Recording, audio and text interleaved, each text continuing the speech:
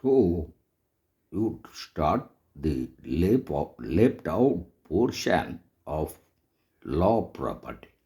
So already we have finished 10 important selected questions on law property, and today in this video we will start question number 11, and that question number 11 is: at the common law, the burden of a covenant, though it be annexed to land, does not run with the land so as to bind the assignee thereof.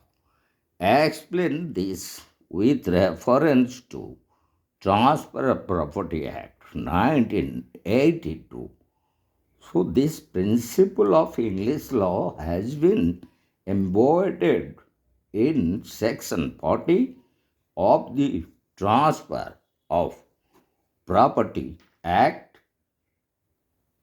The first part of the section enacts the equitable rule of restrictive covenants running with the land.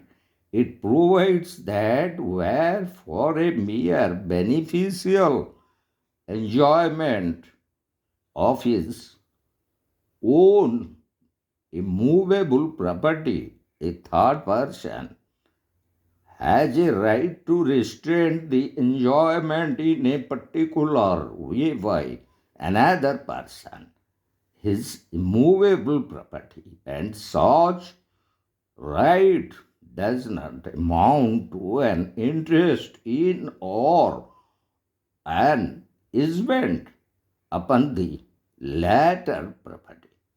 Such right may be enforced against the transferor with notice of that right or a gratuitous transferee of the latter's property.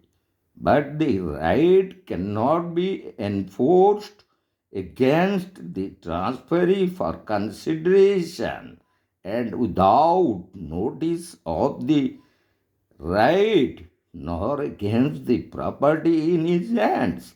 So, in that context, we will discuss one illustration, and that is in relating to Section 11 of the Act.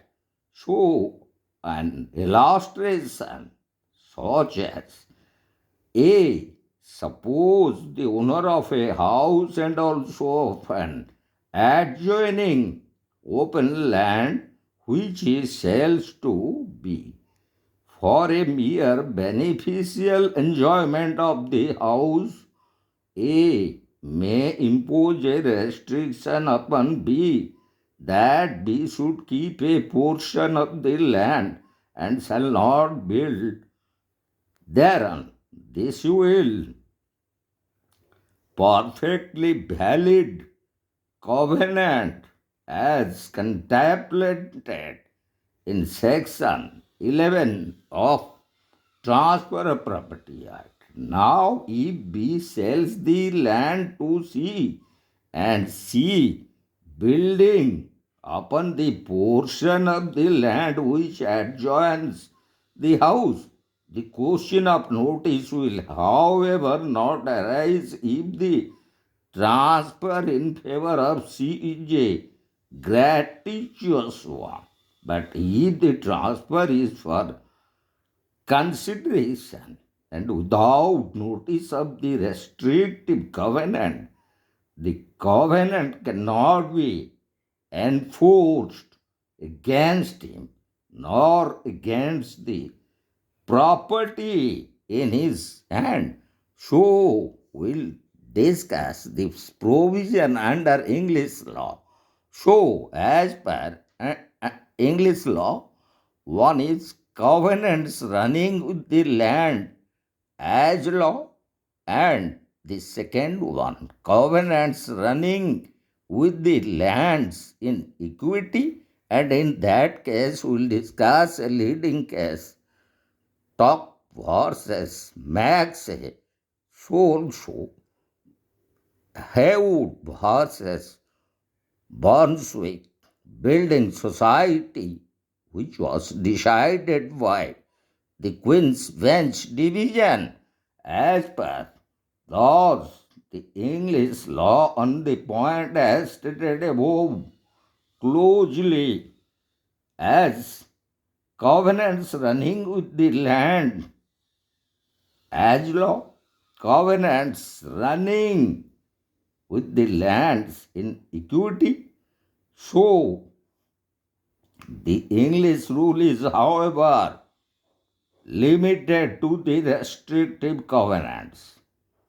Affirmative covenants never runs with the land either at law or in equity.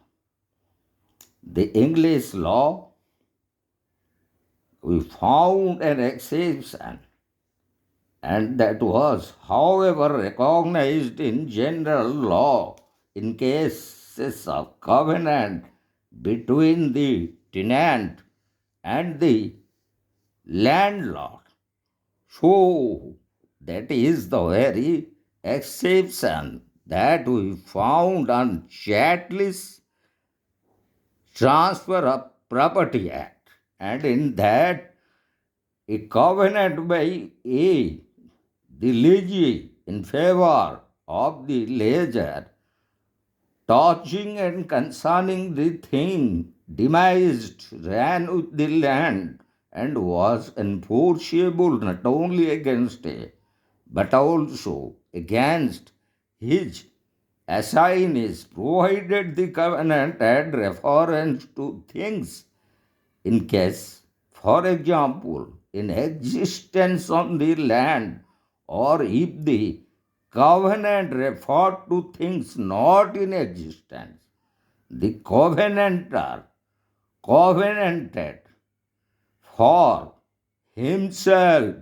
and his assigns. The exceptions were laid down also in Spencer's case. The basis of exception being that cases of landlord and tenant and assignment by a landlord and the assignee who is consequently bound by the covenants in the lease, a priority of estate was not created unless the lessee transferred the whole estate. Consequently, as under lessee was not regarded as an sign of the lessee and was not bound by the covenant in the head of lease, as it was explained in Chatlis Transfer of Property Act. And now we'll discuss some important leading cases which are Indian leading cases such as Mohini Mohan versus Ramdas in 1992, decided by the Calcutta High Court also Raj Narayan versus Suknand in 1980 by the Allahabad High Court. So we will discuss the first one, and that is Mohini Mohan versus Ramdas in 1922.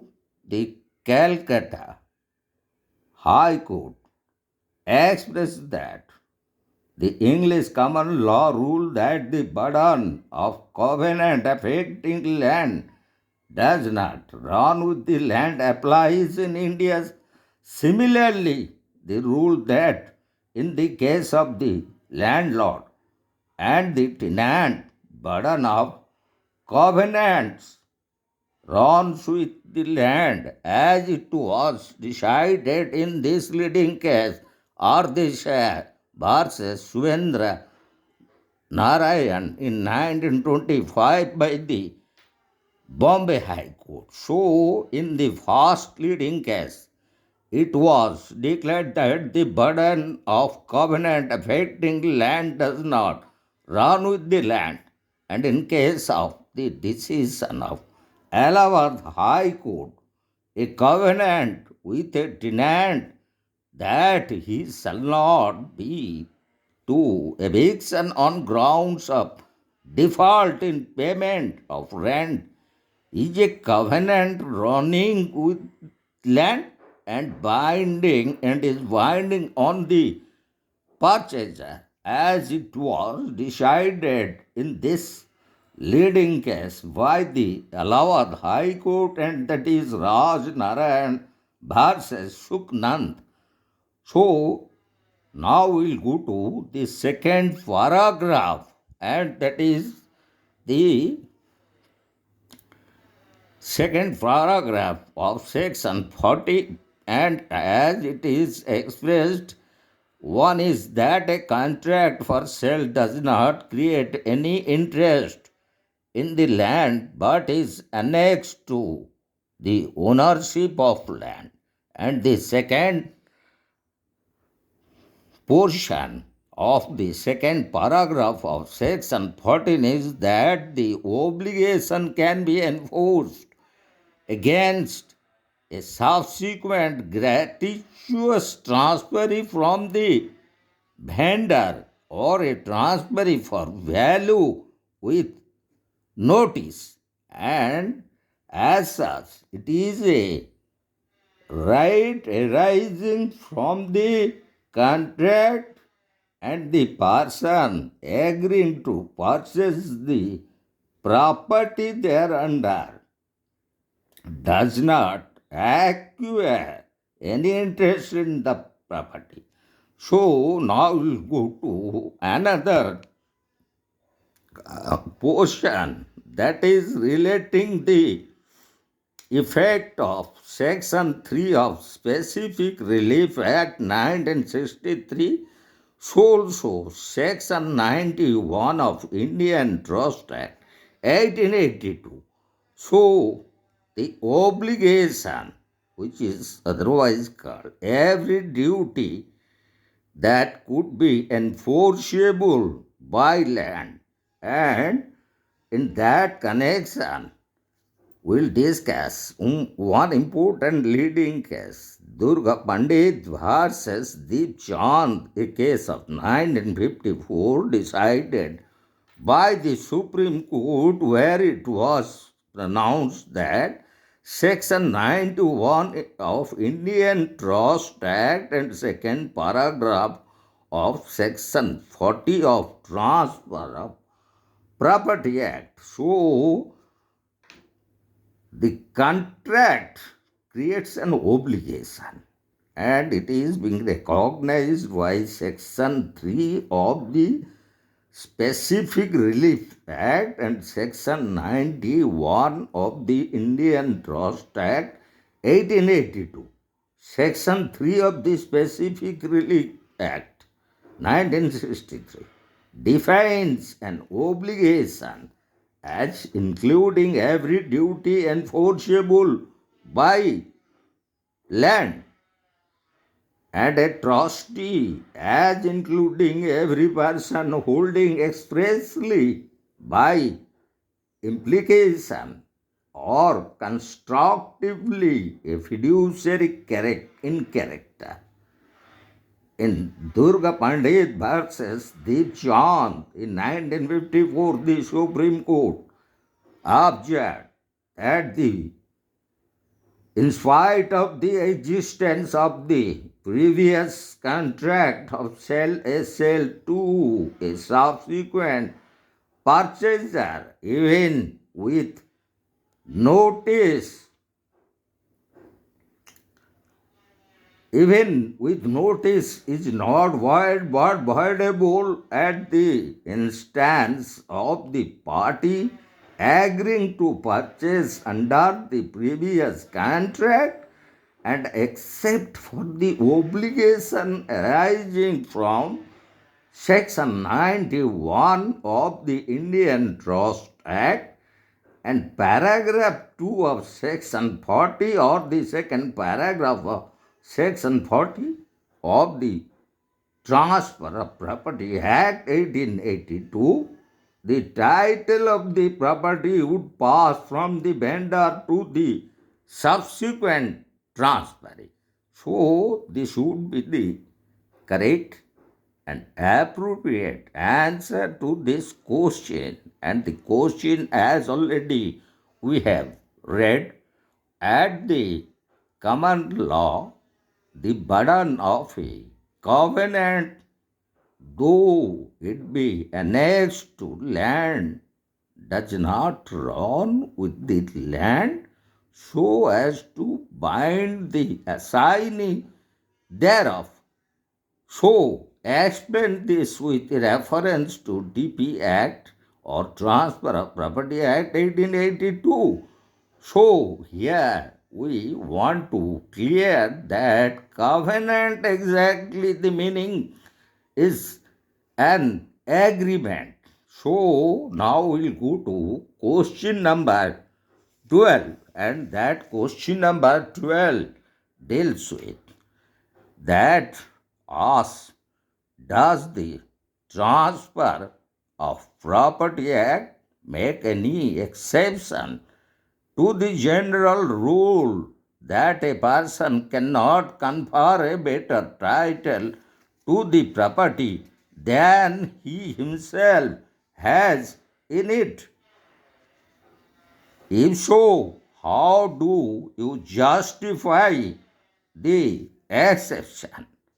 And regarding that, we'll examine section 41 of Transfer of Property Act. So, section 41 of the Transfer of Property Act exactly explain about transfer of ostensible owner. So, the very requirement of this section is that one is the transferor is the ostensible owner, and in that connection we would like to discuss Dambar Singh versus Jayatri, a leading case decided by Allahabad High Court, and the second one is Abdullah versus Bundi, also decided by Allahabad High Court, and another one is Rangaswamy versus Sundar, and the fourth one is Basdev versus Jugarai, and the fifth one, that is a leading case, Union of India versus Mukesh Builders Finances in 1977, decided by the Supreme Court. So also Anand Mohan versus Neil Pharmacy. So now we'll examine the first requirement of this section.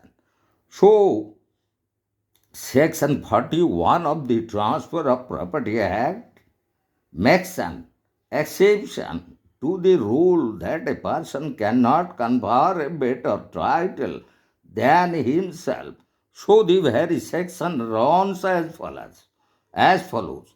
Where with the consent express or implied or of the persons interested in immovable property, a person is the ostensible owner of such property and transfers the same for consideration. The transfer shall not be voidable on the ground that the transferor was not authorized to make it, provided that the transferee, after taking reasonable care to ascertain that the transferor had power to make transfer, has acted in good faith. So this section is therefore an exception of the general rule that a person cannot confer a better title than he himself has in the property transfer. So, in that connection, we will discuss the very requirements of the section. So, the section requires the following conditions. And the first one is the transferor is the ostensible owner. And in that connection, we would like to discuss that he has all the indicia of ownership without being the real owner. This expression therefore excludes such persons who hold possession of property professedly as agents, guardians, or in any other fiduciary character. And in that connection, we will discuss the very ruling of this. Why the leading case, Dambar Singh versus Javitri, and in the next important leading case, that is Abdullah versus Bundi, the Allahabad High Court made a similar observation. A guardian of a minor cannot be said to be ostensible owner of the minor's property.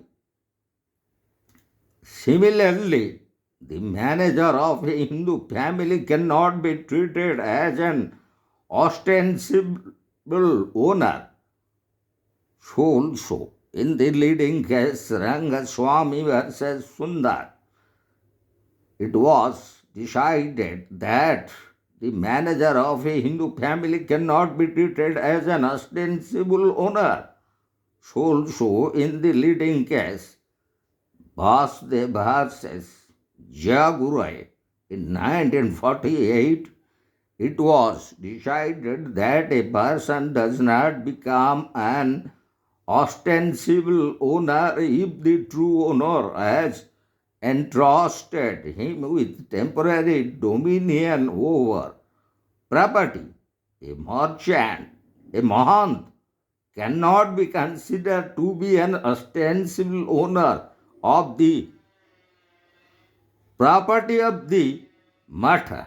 So, this was decided in this leading case Vasudev versus Juarai in 1948. And now we'll go to another important leading case in relation to this, that is Union of India versus Mukesh Builders Finances, and it was a case of 1977 decided by Supreme Court, where it was expressed that the real test is as to what is the source of the purchase money, the motive behind giving the Benami color possession of the property, and who is enjoying the benefits of the property. As it was decided in this leading case, Union of India versus Mukesh Builders Finances in 1977 by the Supreme Court. And now we will go to another important leading case, and that is Anand Mohan versus Nil Pharmacy. So, where it was expressed that, on the other hand, a Benamidar is an ostensible owner, and if a person purchases from a Benamidar, the real owner cannot recover.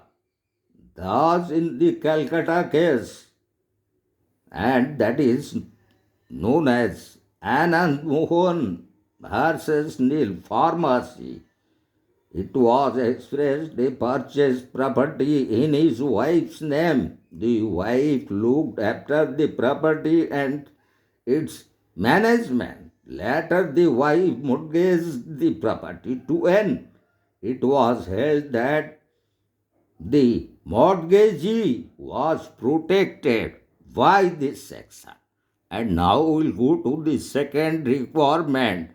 And the very second requirement is that consent either may be expressed or implied. So, one of the important requirements of this section is that the apparent ownership of the transferor must have been created or permitted by the real owner. The real owner creates or permits the appearance of ownership either by express words or by acts or conduct which imply consent. Implied consent arises where the owner stands by and allows another to hold himself out as the owner of the property. Accusations may, under certain circumstances, be taken to be consent. Thus, if the real owner knows that another person is dealing with his property as if it were his own and accuses his inaction will imply consent. In Sarat Chandra versus Gopal Chandra, in this particular leading case, it was decided in certain circumstances the silence of the true owner may amount to consent when there is a duty on his part to speak. It is, however, not necessary to show that the real owner intended to mislead anybody by his acquiescence or silence. The object of this section is to protect a bona fide purchaser prejudiced by the conduct, however innocent, of the real owner in allowing the world at large to think someone else is the owner of the property. And now we'll go to the third requirement, and that is transfer is for consideration. And the fourth one is in good faith, and the fifth one, that is relating to reasonable care. So, in that connection, we'll discuss good faith. It must be shown that the transferee acted in good faith, honestly, and in the real belief that the ostensible owner was the real owner. Reasonable care is not enough if there is absence of good faith.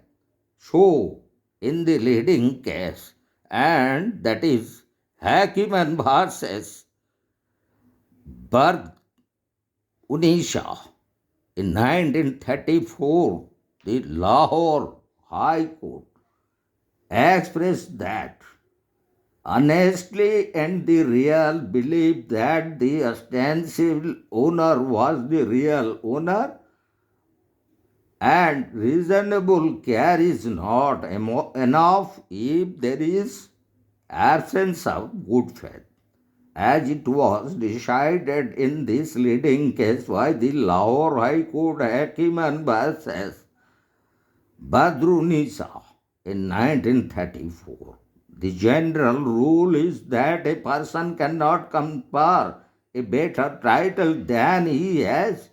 Section 41 is an exception to this rule. Being an exception, the onus is certainly on the transferee to show that the transferor was the ostensible owner of the property and had, after taking reasonable care to ascertain that the transferor had power to make the transfer, acted in good faith. So, in that connection, we have to discuss the leading case, Gurva Singh versus Nika Singh, and in that particular leading case, in 1961, the Supreme Court made this observation where the facts established beyond doubt that the purchaser had the knowledge that the title of his transferor was in dispute and he had taken a risk in purchasing had knowledge of the defect in the title, and therefore he had not purchased the property in good faith. And now we'll discuss the ruling of another important leading case, and that is the leading case Shivdas versus Srimati Devaki in 1970. The Punjab High Court expressed that aliens had to prove that they had acted in good faith after ascertaining the power of the Dhoni to effect sales, as it was decided by the Punjab High Court in 1970 in this important leading case, Shivdas versus Srimati Devaki. Now we will go to what exactly reasonable care. So, reasonable care is another important requirement for this section. Section 41. So, the transferee must prove that he had taken reasonable care or made reasonable inquiries to ascertain that the transferor had the power to transfer. The expression reasonable care means such care as an ordinary man of business or a person of ordinary prudence would take. The question whether the transferee has taken reasonable care in any particular case is one to be decided with reference to facts of that case. So, in this connection, we would like to discuss the decision of Nageshwar Prasad versus Raja Pateshwari in 1915, and this particular leading case where it was expressed that the question whether the transferee has taken reasonable care in any particular case is one to be decided with reference to the fact of that case. The inquiry must be diligent and not superficial. Revenue records are not documents of title, and a purchaser relying solely on entries in such records will be deemed to have not made proper inquiries. And in another important leading case, that is Pratap Chandra versus Saida Bibi, the decision was that the purchaser from an ostensible owner merely ascertained that the transferor's name had for some years been recorded in the revenue records, but they stopped and did not proceed further. It was held that the purchasers were not entitled to protection of this section. So, also in another important case that we have to discuss, Muhammad Suleiman versus Sakina Bibi, and here the very owner where S owned a house in Kanpur, and in 1912 S went on a pilgrimage, leaving the house in charge of a relation, and that is B. In 1950, B applied to the municipality that he was not aware of C's whereabouts and whether she was dead or alive, and prayed that the house be entered in his name as he was as legal heir. The application was granted, and 2 years later he sold the house to C, who purchased in good faith after inspecting the municipal register. S returned to Kanpur in 1918 and claimed the house. It was held that the defendant was not entitled to the protection of Section 41, for he knew that S was the original owner, and if entitled to protection as under Section 41, for he knew that S was the original owner, and if he had carried his inquiries further, he would have found that B had admitted in his application to the municipality that he did not know whether S was dead or alive, and the presumption of death could not be made before the lapse of 7 years, as it was decided in this important leading case, and that is Muhammad Suleiman versus Shakina Bibi. And now we'll go to another important leading case, and that relates to Said Abdullah versus Rani Reddy, and that is relating to Ostensible Owner. So, before that, we'll discuss another important leading case relating to good faith, and that is Nageshwar Prasad versus Raja Pateshwari in 1915, where P was the owner of property which was entered in Khetwa in the name of B. B mortgaged the property to C, who merely relied on the entry in the Khetwa. If she had made further inquiry, he would have discovered that P had objected to the entry of the property in B's name, and that property to the entry of the property in B's name, and that property had left to P by will. It was held that she was not protected by this section. So now we'll discuss exactly Ostensible Owner. So in that connection, we'll discuss this very important leading case, and that is Said Abdullah versus Rani Reddy, and it was a case of 1979 decided by Supreme Court, and Suraj Ratan Thirani versus Agambad Tea Company Limited in 1965 decided by Supreme Court, and Sarachand versus Gopal Chandra. So in the first leading case, and that is Said Abdullah versus Rani Reddy in 1979, the Supreme Court expressed that where an ostensible owner transfers property and that fact is known to the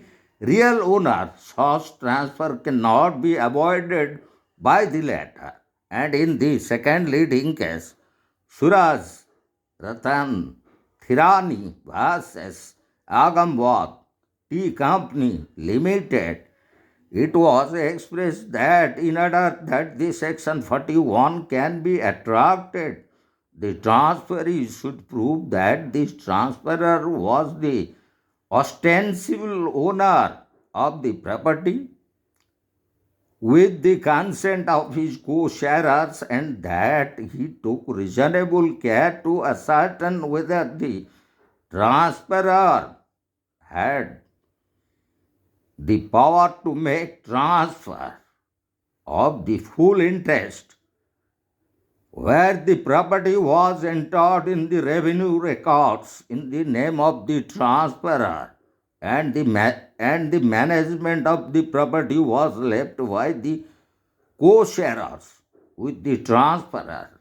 Those facts do not by themselves raise any stopel precluding them from asserting their rights, as it was decided in this important leading case by the Supreme Court in 1965, and that was Suraj Ratan Tirani versus Agam Bood Tea Company Limited. And now we'll go to the last important leading case relating to ostensible owner Sarat Chandra versus Gopal Chandra.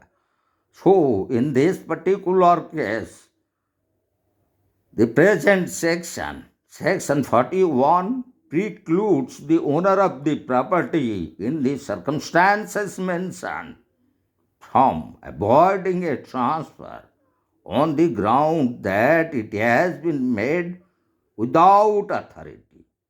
Cases which illustrate the application of this section would generally illustrate the section of the Evidence Act. This section may be compared with section 115 of the Evidence Act. By the latter, a rule of evidence is laid down which precludes the person who brings himself within its term from denying the truth of the thing which he has caused or permitted another person to believe.